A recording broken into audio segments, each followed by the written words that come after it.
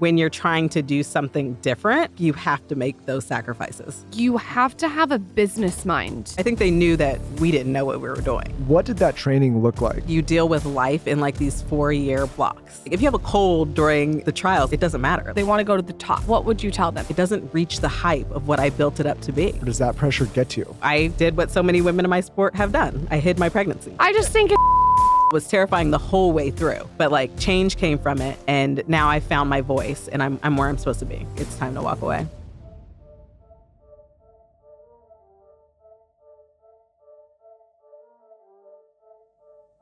How do you become an Olympian? Like, I want you to go way, way back to your childhood and tell me the first moment that you can remember and pinpoint when you even saw that quality in you.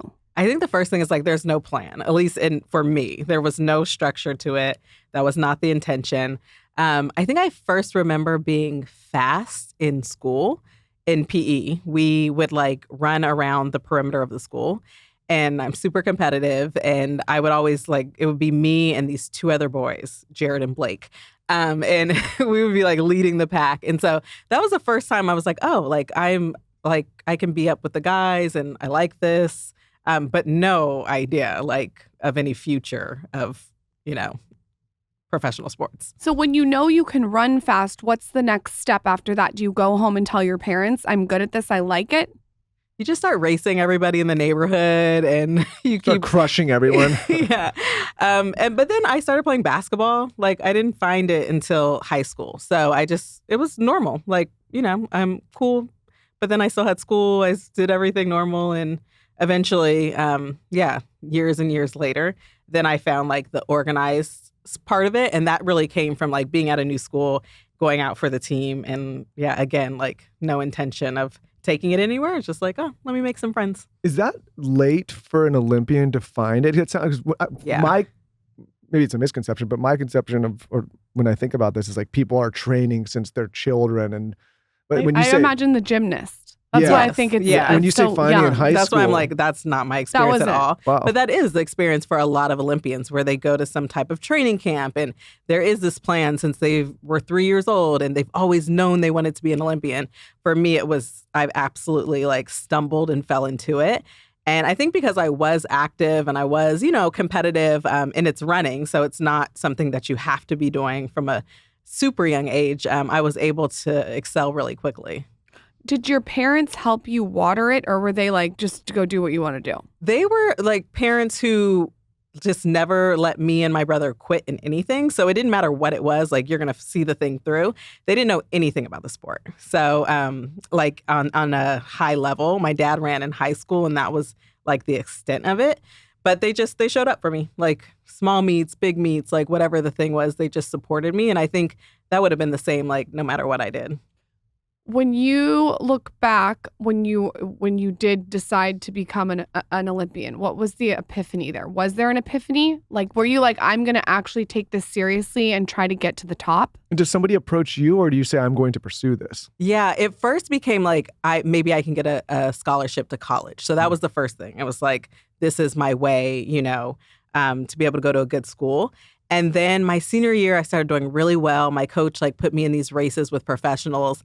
And that's when it was like, I had ran like the fastest time in the world. And then they started to approach me. Shoe companies started to like offer contracts. And that was like, okay, well now I had committed to USC and I had this big decision, like, do I go to USC or do I go pro? The Olympics were going to be the next year and really focus on that dream. So, yeah. This is always so interesting to me because you have to have a business mind to do all these deals.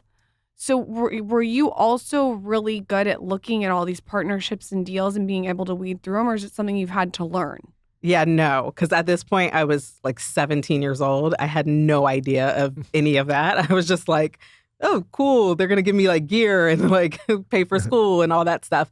Thankfully, I had parents who were like they just did their due diligence. And so they had a friend who was the GM of the Dodgers. And so they just used their resources to like help navigate and figure it out. But very much so, we just kind of did it as we went. And we made mistakes. Like we totally didn't get it right, right away. but they did the best they could. Are the big companies fair with someone who's 17 years old looking back? Like if you're maybe teaching someone who's in it at 17 years old, were they fair at the time, or are there things that you should watch out for? I think there are definitely things you should watch out for. I think they knew that we didn't know what we were doing. Right. It helped when we brought in, other people who obviously did, but it took time to like learn who those people were and how they could help us. When we have a lot of young people in ourselves actually too, when you reached this pinnacle of wellness and expertise and performance, what did that training look like? What when you decided to take it seriously? Yeah. What were your routines like? Yeah, it was very regimented. So I was training 6 days a week, right around 5 hours a day. 3 was spent on the track. Everything from warming up, the bulk of the workout, cooling down, stretching, all of that stuff. I would take a break, and then I would go to the gym for a couple hours and then have a very regimented system there, Olympic lifts and body weight and all of those things. And then taking care of my body, chiropractor, massage therapist. The recovery was huge. And so, yeah, it was the bulk of my life. How many hours a day do you think you were training or practicing this kind of stuff? Yeah, right around 5. Okay. But yeah. Is 5 with the chiropractor? No, just like 5 of the actual training. And is then 5 with the gym? Yeah. Or is the gym an extra 3? Is that what you're saying? No. So yeah, 3 on the track, 2 in the gym, come home, do recovery. And then like the sleep is huge, there will be like a nap built in, and then getting, adequate rest at night and all of it. Is there drugs, alcohol, boyfriends, friendships? Like, how do you, at that age for me, I'm like out at the bar showing my tits. Like, is there any of that, or is I was underneath the bar? You were underneath the bar looking at my skirt. It was a very different experience. So there's none of that. It's all eliminated. I think you're figuring out your way. So for me, I was in college age when I went pro. And so I'm trying to like navigate, like I still want to be like a regular college student, but I'm definitely not. I'm traveling the world. I'm competing everywhere. So I think I had some like growing pains of like, oh, I want to go out, but like that's not going to work with this. And so, yeah, for the most part, that's not a part of it. Boyfriends, girlfriends, friends. How'd you deal with that? Yeah, boyfriends. You have to figure out, like, they have to know the lifestyle and get like what you're doing, because it is different. Like it's so different than anything else. So yeah, I kind of found my way. Do you obviously you've had so many accomplishments, but do you regret in any way or miss that you didn't get to have some of those experiences? I think that's the one thing. Like, I'm so grateful for the way that it turned out. Like it's, it was great for me. It worked for me. But I do, like, there's the part of me that like I went pro, so I didn't get to be on the college team. Like I didn't get those relationships, or I didn't have the traditional college experience. So I think part of me does feel like, oh, like that would have been so much fun. But I do feel like when you're trying to do something different, like you have to make those sacrifices. What's the pressure like being an Olympian, competing against other nations, other countries for your country? Like, are you able to compartmentalize that and kind of block it out, or does that pressure get to you? I mean, obviously you were able to overcome the pressure. But I just wonder, like, what's going through your mind? I figured it out, but I think it definitely got to me. It's huge. I mean, it's funny looking back now, because it felt like the most important thing in the world. Like it was everything. And so I had moments where, like my second Olympics, I was the favorite. It didn't come together. I lost. It was my second silver medal. And I was just like devastated, like in a very dark place, devastated. And looking back now, it's like, it wasn't like that. It shouldn't have been like, have that magnitude. But I think when you do feel the pressure, like you have your sponsors, you have responsibilities, like, and also just the weight of feeling like you don't want to let your country down. Yeah, and like it's pretty heavy. So I felt like I figured it out, but at the beginning it felt overwhelming. Well, I mean, it was your whole world. Yeah. So like, I can understand how it would be so overwhelming, because it became your whole world, it seems like. Everything like depended on it. And also like your opportunities, like, for Olympians, a lot of times there's 2 weeks that the world pays attention to you. And so it's like, you have to be ready to go at that time, or else it feels like you're not going to be able to make it.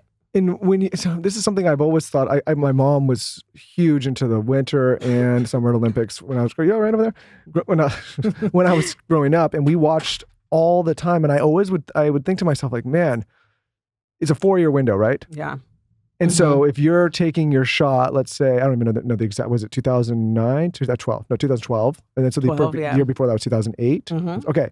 So if you feel like you miss your one shot in the 4 years, you know you're going to age 4 more years. Like, how do you deal with that? I feel like you deal with life in like these 4-year blocks, and it's crazy. But if you talk to other Olympians, like that's how it kind of works. It's like everything is in these cycles, and it's hard, especially I feel like in track and field. It's not like the team is named early. You find out about a month before the Olympics, and that's when you have trials. And you have to make sure you're healthy. Like if you have a cold during the trials, like it doesn't matter. Like it's the top 3 on that day. And so it is just, there's so much of it that you're just hoping that like everything aligns to be perfectly ready when it's time to go. Well, yeah, because I think about any other kind of athlete. I mean, professional sports team player, like they go these seasons and they're just, it's consistent. We're talking about if you have this small window of 2 weeks and then you have a gap of 4 years.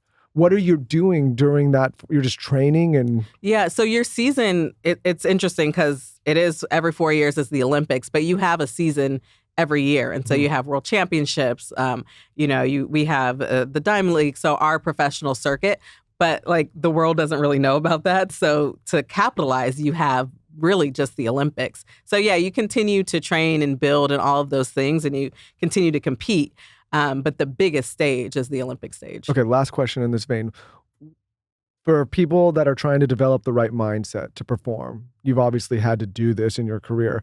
When you have those down moments, how are you able to overcome that? What are you telling yourself? Are you reading anything? Are you listening? Like, what are the things you're doing to get yourself motivated to get back on top? Almost like your tools. Yeah, for me, it was all about like team. Like I would get in these moments where I felt like I couldn't see it. Like I just, like after that second Olympics, it was just like, is it ever going to work for me? Like, I'm not sure. So it was having family, it was having my coach, it was having people who could see the vision and encourage me when I was like too in my feelings to like get out of my own way. So that was the biggest thing. And then also like just taking time away. Like every season I would try to take like a month just off where I'm not training, I'm not eating right, I'm just out of it so that I can come back like passionate and refreshed and ready to go again. What do you cut? Like, meaning, are you cutting anyone who's toxic? Like, you have to be laser focused and cut all the shit. What are you cutting? I feel like anyone who's like not speaking into like any negativity, anyone who doesn't believe like that you're going to get there, you have to be around people who are on your team. So anyone who's not on board, it's just, you can't give your energy to that. If someone wants to take any area of their life to the next level, what would you tell them? And I mean, like they want to go to the top. Yeah. For me, I would say you have to have a plan and you have to have kind of someone who's going to help you get there. Like for me in my world, like a coach, but whether that's, a life coach or someone who can kind of look at that plan and say like, I'm in it with you. You're not alone. For me, that was always helpful because you could have like this big ambitious plan. But until you kind of break it down into little parts and having people to like encourage you along the way, it's hard to do it just by yourself. I want to know what it was like the day after the Olympics are over, because this is really weird, but the day that I got married was like, it was like so fun and it feels like you're on cocaine. You're on like this high. Yeah. But the next day you feel really low. It's really weird. And I've talked to a lot of people about this because it's like you do this thing that you're looking forward to your whole life. Yeah. And then the next day you almost drop. Yeah. And I've even like, we talk about this all the time, astronauts who go to the moon, who come back, they almost like have this like depression. Mm-hmm. Did you feel like that the next day, the next week, the next month after it's over? It's interesting. I feel like in my most successful Olympics, my third Olympics, like everything came together. It went really well. And I remember like, I thought everything was going to be different. It's like, if I win gold, like nothing is going to be the same. And I remember coming home and it was like, everything was the same. And it was this feeling of like, I've been striving for this thing like for so long. Now I have it. but it doesn't reach the hype of what I built it up to be. And it took time to like, unpack and therapy and all the things. But I think it's just like, it's about the journey and like the magic along the way. And I think sometimes you can be so fixated on that end goal that you miss like all the moments. So for me, that's what it was. It was like, it wasn't what I thought it was going to be like. Let's talk about what has quickly become a staple in Lauren and I's life. Candidly, a staple in our entire family's life. We give this product to our children. We give it to our dogs. We both take it. And that is Armra Colostrum. Lauren and I did an episode with the founder of Armra on this podcast. Just search Armra Colostrum Skinny Confidential and you will hear it. And it was mind-blowing. We did not realize all of the incredible benefits Armra Colostrum provides. Things like gut health, immunity, improving fitness, metabolism, enhancing our skin, hair radiance. My hair is on fire right now. Not literally, but it's just going really well. This is not only going to seal the gut barrier, it's going to seal any of the body's barriers. What we do every single day is it comes in this little tiny scooper. We take it. Lauren and I actually just scoop the entire scoop in our mouth. It has this kind of like milk dud flavor. Our kids, we just dump it right in their mouth. If you're scared to do that and you're just trying it, you can also just dump it in water and stir it around. Armra has a proprietary concentrate of bovine colostrum that harnesses over 400 living bioactive nutrients that rebuild the barriers of your body and fuel cellular health. Armra also goes through extensive auditing and third-party testing and analysis to ensure that Armra colostrum meets the highest bar of purity and efficacy, which includes being certified glyphosate-free. Of course, we've worked out a special offer for our audience. Receive 15% off your first order. Go to tryarmra.com/skinny or enter skinny to get 15% off your first order. That's tryarmra.com/skinny. Tryarmra.com/skinny to save 15%. The multivitamin that I have taken through both of my pregnancies, that I took before my pregnancy and after, is Ritual. Ritual is just the creme de la creme when it comes to a multivitamin. It's clinically backed and it's made for women 18 plus. Everything is made from high quality, traceable key ingredients, and it's made in a bioavailable form. I had the opportunity to interview the founder, Kat, and the research that Ritual does on their multivitamin is wild. Personally, why I like this vitamin for me is that a lot of women are low in vitamin D, and I am one of them. And they really, really zone in on increasing your vitamin D levels. There was even a study where they studied how much they increased the vitamin D in women, and it was like 43%. They really think of everything. 9 key nutrients in a delayed release capsule. And there's like this minty essence in every bottle. So you're not like choking or burping on your vitamin. I take mine in the morning. It's right on my vanity as a reminder when I wake up next to my ice roller. It's vegan, non-GMO, gluten, and major allergen free. No more shady business. Ritual is essential for women. 18 plus is a multivitamin you can actually trust. You get 25% off your first month for a limited time at ritual.com/skinny. Start Ritual or add Essential for Women 18 plus to your subscription today. That's ritual.com/skinny for 25% off. Did you know water is good for you, but it's actually not so great for your hair?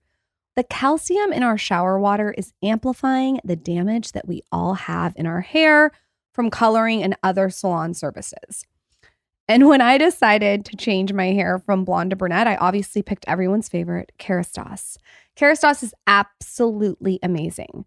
So it's this luxury professional hair care line. You all probably recognize it from the nicest, most luxurious salons. And Kerastase has finally come out with the solution for damaged hair. The new Premier Repairing Pre-Shampoo Treatment. Basically what this did for my hair is it took my hair from like a brittle blonde to a more thicker, more luscious, more shinier brunette. And I noticed it immediately. It's one of those products that you literally will put on your hair, take a shower, get out, blow dry your hair, and notice it right away. So the collection features 6 different products and an in-salon treatment. They all really hit the bases to remove the calcium buildup accumulating in our hair while also repairing it. So we're multitasking over here. If you've tried everything to repair your damaged hair, trust me and try Premier. You can visit kerastase-usa.com and use code SKINNY15. You get 15% off your purchase. Standard exclusions apply. Offer valid through 5/31/2024. That's SKINNY15 for 15% off your purchase at www.kerastase.com. primal-pure-usa.com. You have to tell Allyson the Pearl theory, because that people keep coming on the podcast that are really accomplished and saying that they thought that this accomplishment was going to like just fix everything. Yeah. Very Tony Robbins. We had a very prominent therapist come in the studio and talk about working with athletes and actors and entrepreneurs and just high performers in general. And he was saying that a lot of the people come to him for a reason. They're going through a problem or an issue, and their mind's not in the right place. And a lot of it is because there's so much outside noise, and so you kind of lose sight of what's in front of you, and you're taking all this insight from all these other voices that maybe don't have the best perspective on what you really want. Yeah. And he was saying what he trains any performer to do is focus on just putting the next pearl on the string. And what he was saying is like even if you have a huge win, like celebrate the win, but don't focus on it. Or you have something that is a loss. Like your real only goal is to just put the next foot forward and keep doing the work that you're supposed to be doing. And he says by doing that, it keeps people, in the right mindset. But when you start to focus on all this other stuff, whether it's an accomplishment or a loss, it can really mess you up. Yeah, I love that. I think that's true. Tony Robbins always talks about that, the science of achievement and the art of fulfillment. Like you have to have both. Like you can achieve, like you achieved so much. And it's so interesting that you say that afterwards it's like everything's still the same. Yeah. I think that's important for people to hear, because they think, oh, like a Selena Gomez, I'll just take, like she's made it. But people don't realize there's a lot that comes with that. There's a lot of pressure and there's drops. Yeah. I think it's what you said. It's the fulfillment. Like just because you have the accomplishment, it doesn't mean that it's going to fulfill you. And I think for me, for a long time, it was like just about the medals and like, okay, this is, I have to try to get the most and all these things. And then it was like, well, what is my actual purpose? Like, what am I trying to accomplish here? And I think when I shifted that's when I started to feel fulfilled. And my definition of success really shifted as well. And it was like, I can still have that feeling of fulfillment, even if I don't reach the highest goal. So what does your life look like the year after the Olympics? Still training. You might have world championships. You still have another season of competing. So it kind of just keeps going. There's a lot more work and opportunity like away from the competition, but it just keeps going.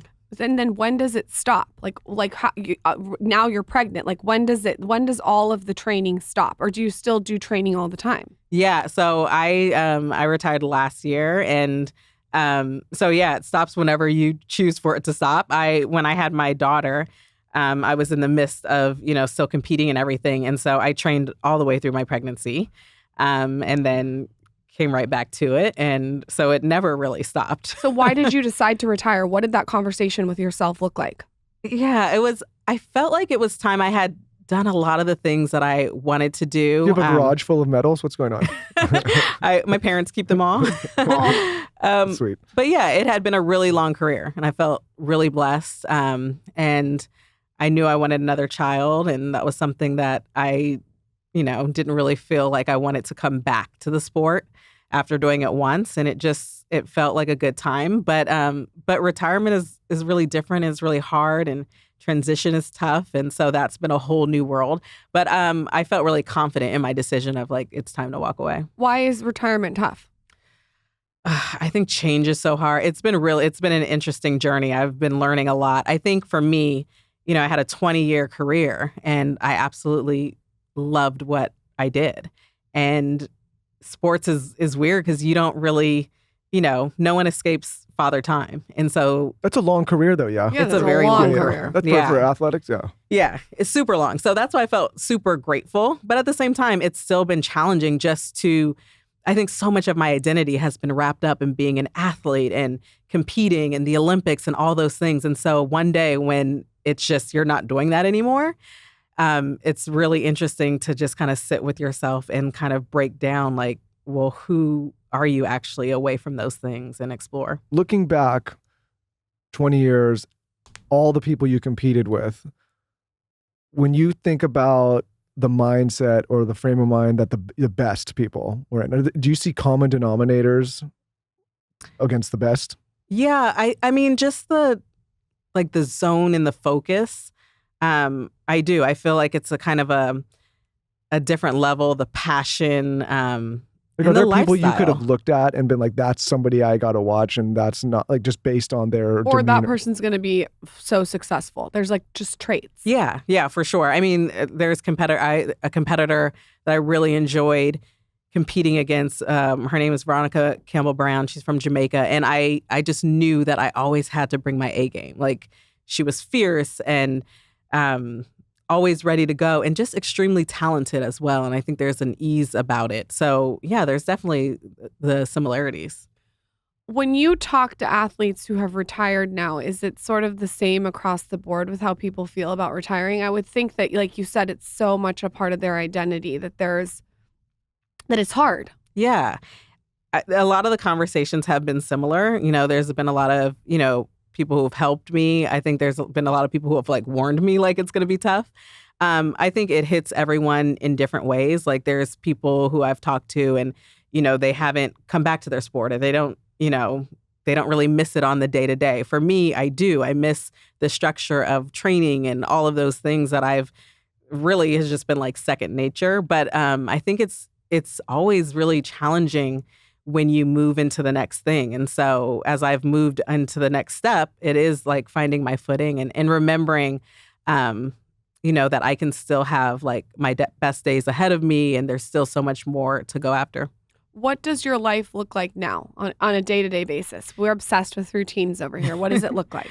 I think that's what I miss most, is that there's not a really set routine. I'm doing so many different things. My day-to-day is, running Saie, my footwear company. And so, a lot of, meetings and team things for that, a ton of travel, a lot different travel than I was used to. I did a lot of international travel. This is a lot of domestic travel. Being mom, like, and on top of all the other things. So, I try to have like some time to like work out and then go into the office and do all of that stuff. But usually it's a fair amount of travel, and then I have plantar fasciitis. That's not fun. Shoes are not my favorite thing. Like, tell me, do these shoes help with my plantar fasciitis? I feel like you're the person to ask, because I'm sure you know all about the feet. I think they would be great for you because they are extremely comfortable. Yeah. It's very cloud-like. It's, for women especially, we've been wearing shoes that have been made for men. And so I think that's a huge part of why we see like these different issues arise. So I would love to, hear how, you feel in them.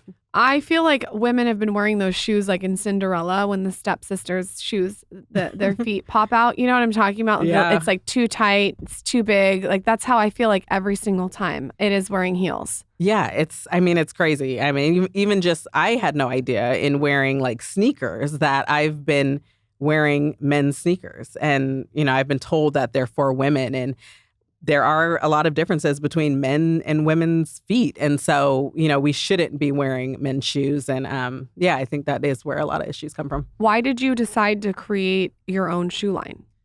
So it came about really organically. I was competing still, and I had been with Nike for almost a decade at the time. And what does that mean? You've been with Nike, like they were sponsoring you? Yeah, they were sponsoring me. And just if you just could go off on a tangent real quick and tell us what that looks like, and then how you parlayed into your shoe brand. Yeah, so in track and field, your major sponsor is usually a footwear deal.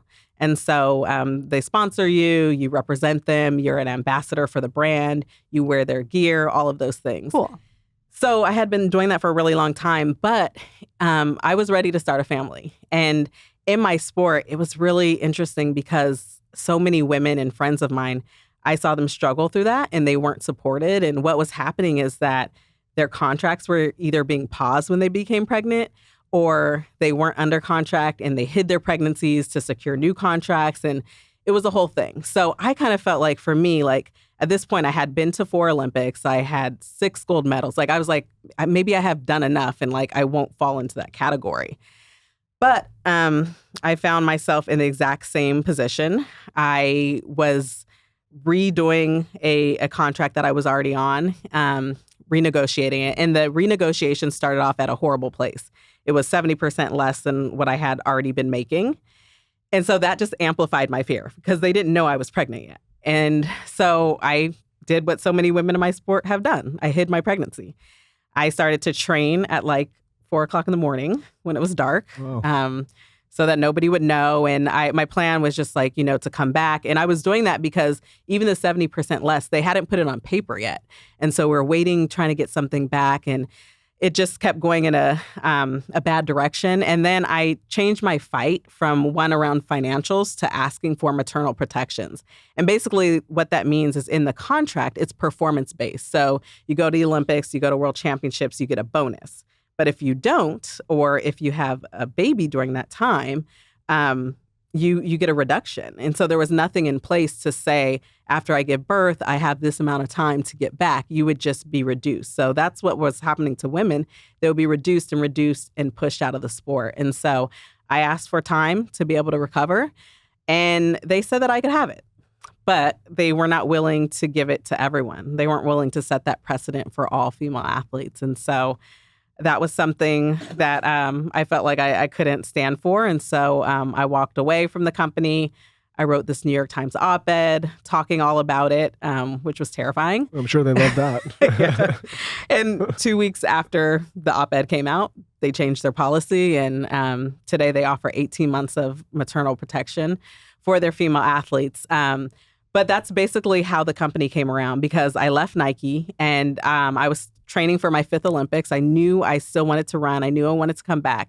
And I was looking for another sponsor. And I think whatever the reason, I had been so heavily Nike branded, like just no one was interested, or it was just too long. You were like just known for that. Yeah. Or they saw me as like causing trouble there, whatever the thing was. Like, we don't need another op-ed here. Exactly.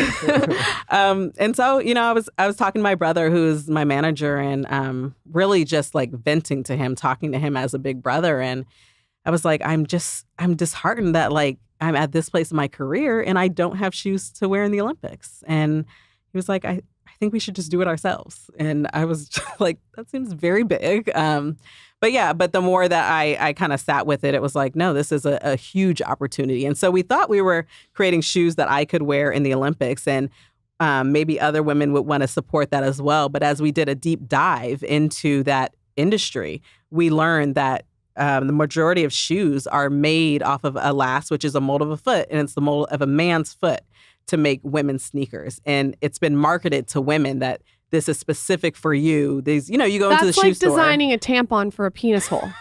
Oh, Jesus Christ. Why are we getting shoes that are designed for your gross, big, lumbering toes? That's some bullshit. I feel like I have anything to do with the shoe industry. I just think it's bullshit. The first comparison. The closest thing I know about the shoe industry is I read Shoe Dog like 4 years ago. That's about it. That's all I know. So yeah, they're not made for us. God.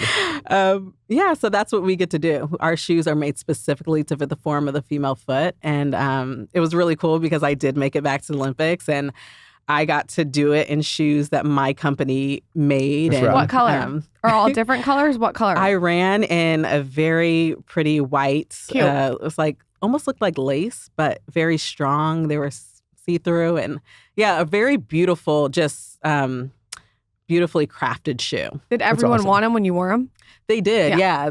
No one knew what they were, and then I kind of like stepped out in them, and it was a moment. And for me, it was just like, it was just the coolest because it had been so hard to get back to the Olympics, and I felt like, leaving Nike, like everyone was telling me like, I'm too old, you're a mom now, like this is not going to happen for you. So to do all those things and to do it like as the first athlete in running in a company that I own was just like cherry on top.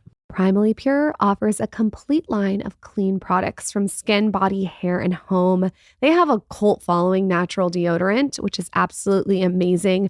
My latest obsession, and always my obsession with this brand, is their body butter. I love using it when I get out of the shower. It's non-toxic and amazing. They just launched a cycle soothing spray though. And this is this spray that has magnesium in it. It's a miracle mineral, which is known to ease discomfort and soothe period symptoms. So I had the opportunity to try the cycle soothing spray when I was on my period.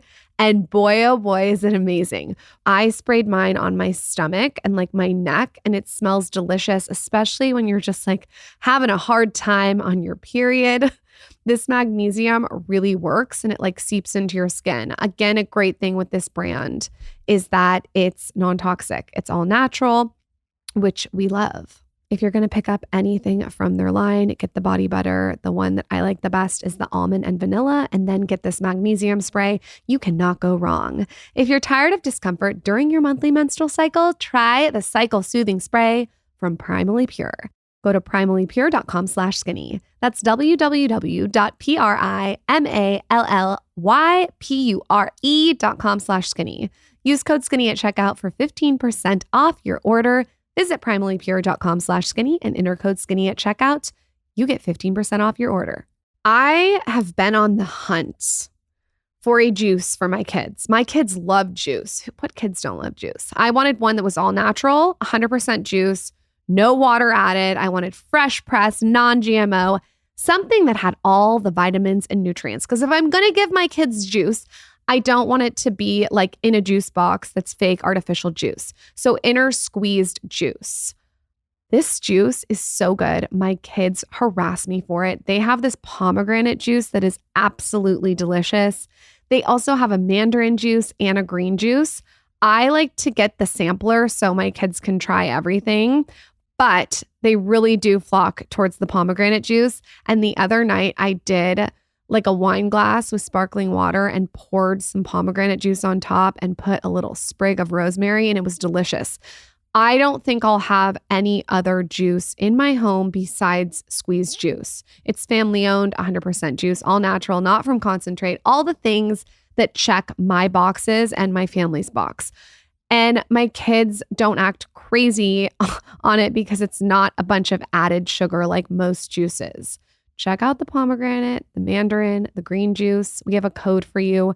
And definitely get their sampler. You will not be sorry. Use code SKINNY for 20% off any order when you visit shop.squeezejuice.com. That's shop.squeezejuice.com, code SKINNY for 20% off. Saie has this product. It's a glowy super gel. It gives you that effortless, no makeup, glass skin, glowy product. It's this multi-illuminator that hydrates and brightens the skin for a fresh, dewy look. Everything that Saie designs too gives you that look. I love it when I'm podcasting, when I pick my kids up from school or I drop them off. It's just pretty and it doesn't feel like too try hard. I am obsessed with applying their makeup too over my skincare. It doesn't pile. They just like know how to do the perfect tinted moisturizer. The two products that I would recommend by them are the Glowy Super Gel, like I said, that's going to be the illuminator, and then the Slip Tint SPF 35 tinted moisturizer. Both of these are so great for a mom or a girl on the go, and they're not like an overwhelming, like heavy, cakey makeup product. Like I said, Saie award-winning clean and planet positive makeup brand is sold exclusively at Sephora. And this is one of those products that I feel like I can recommend to everyone. Everyone is always talking about their Slip Tint that I told you about earlier, the tinted moisturizer. It even won the best of Allure. All the makeup that they have is meticulously crafted with sustainability in mind, and it's packed with good for you ingredients. So it shouldn't surprise you that it makes your skin so glowy. I think you guys will love Saie. Shop now at Sephora. Well, it's full circle for you. And also I think it's so smart what you did because you like content marketed it kind of. You wore it and then everyone wanted it. I think it's a really, really smart marketing play too. It worked out that way where, we were able to launch at the Olympic trials and so it was hard, timing wise to put everything together. But yeah, that was the idea to really have that moment. I was going to say, as a parent now, if your children come to you at some point and say, hey, I want to follow similar footsteps, how are you going to handle that? Would you encourage or would you? I mean, I'm always going to support my child, but I wouldn't be mad if they choose something else. It's such a tough route. I feel like especially track, it's like an isolating, like lonely sport. It's not a lot of payoff for the amount of work that it is. So I'm trying to get my daughter to play tennis. Like, what happens to, else. I mean, you've had so much success and you've done so well and you're so accomplished, but what happens, I guess, to maybe some of the athletes that don't have the success you have, like financially, professionally? Like what are those stories like? Oh, I mean, there's a million of them. There's such a huge disparity in track and field where there's only a small amount of athletes who are really successful and, making a living and all of those things. I think for the others, they're working, they have this dream and they're trying to make it happen. They're not supported. It's really a kind of a difficult lifestyle. Oh yeah, that's got to be tough to be like, I'm an Olympic athlete. Top 1.01% in the world, but maybe you have to support yourself. Well, we just got a bronze medal for our podcast.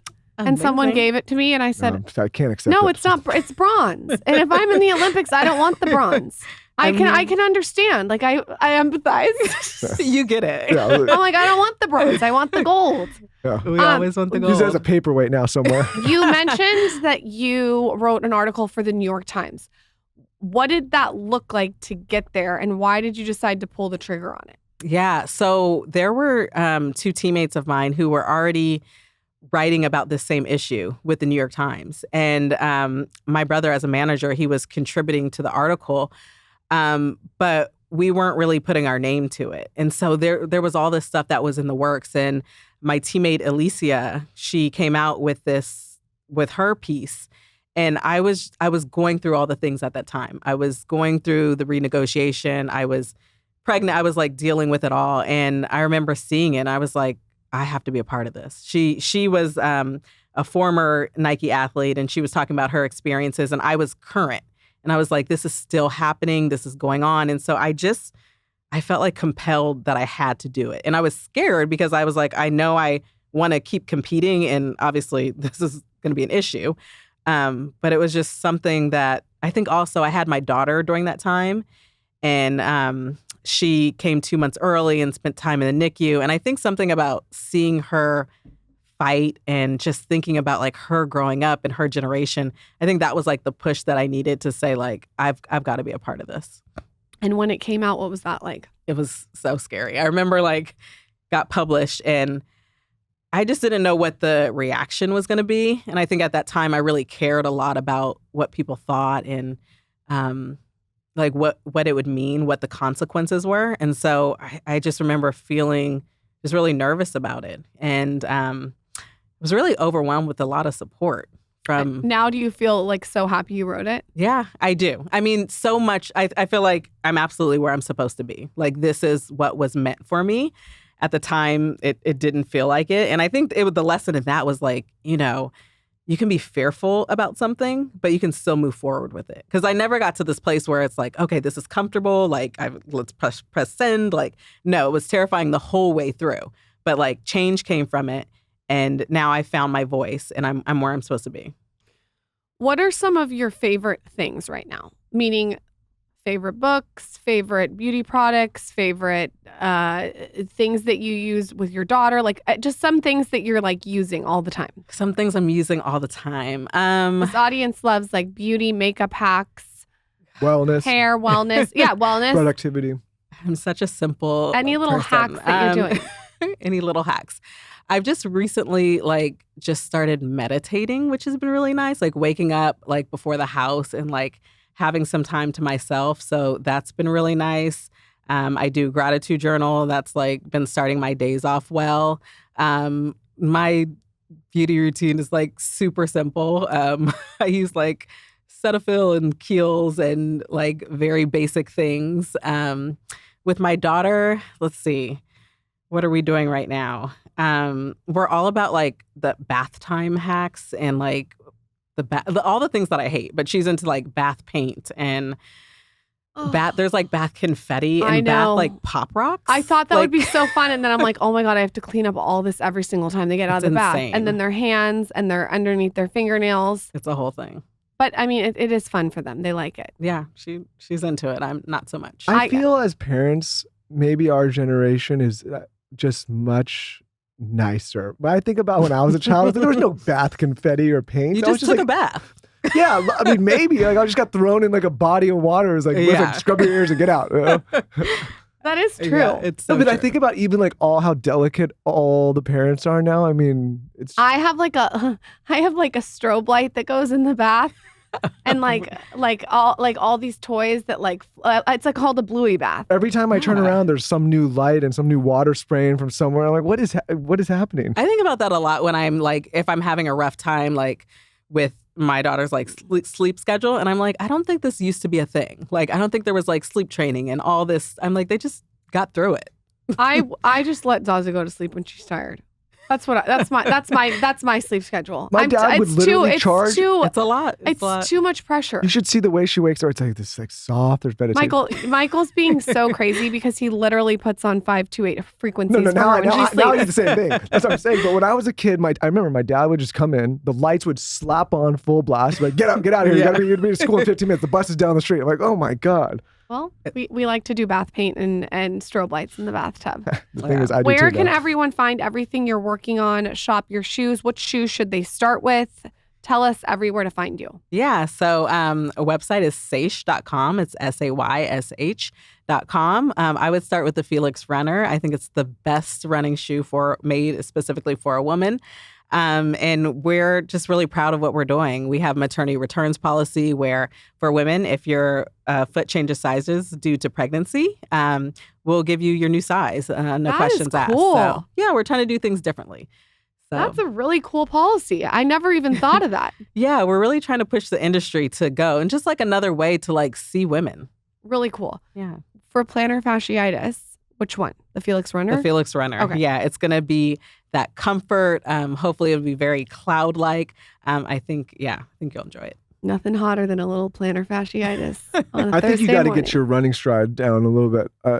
I don't know that I'm a great Get runner. some ice on it. Get like a golf ball. Like Yeah. Like the hard thing is roll it. like it's. You're supposed to hit with the heel first, right? Is that when you run? Is that what? I mean, I don't even think about it. She just runs. But I do think that's the technical. I don't think I would love to see you guys do a race. I think in this state, this would be I still think you'd beat his ass. I think you could be in any state and still just destroy. Yeah, I think so too. Yeah. I think you could be in a wheelchair and still be. Allyson, thank you so much for coming on. You're very inspiring, and I can't wait to shop your shoes. Thank you guys for having me. Thank you. Allyson.